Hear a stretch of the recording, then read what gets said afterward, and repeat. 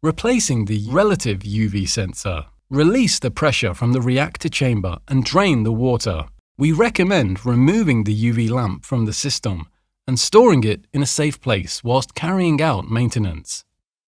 Switch off the system. Loosen the locking mechanism and unplug the power cable.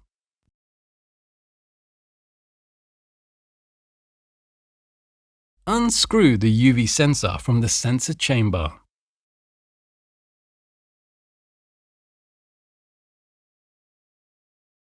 Clean the inside of the UV sensor window or replace the UV sensor.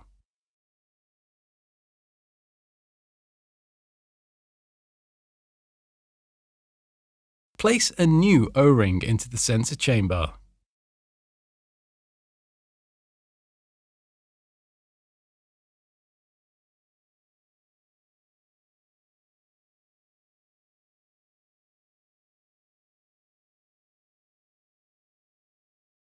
Apply mounting paste to the thread of the UV sensor window to prevent it getting stuck. Take care not to get any paste on the UV sensor window. Screw the UV sensor in by hand until it is tight.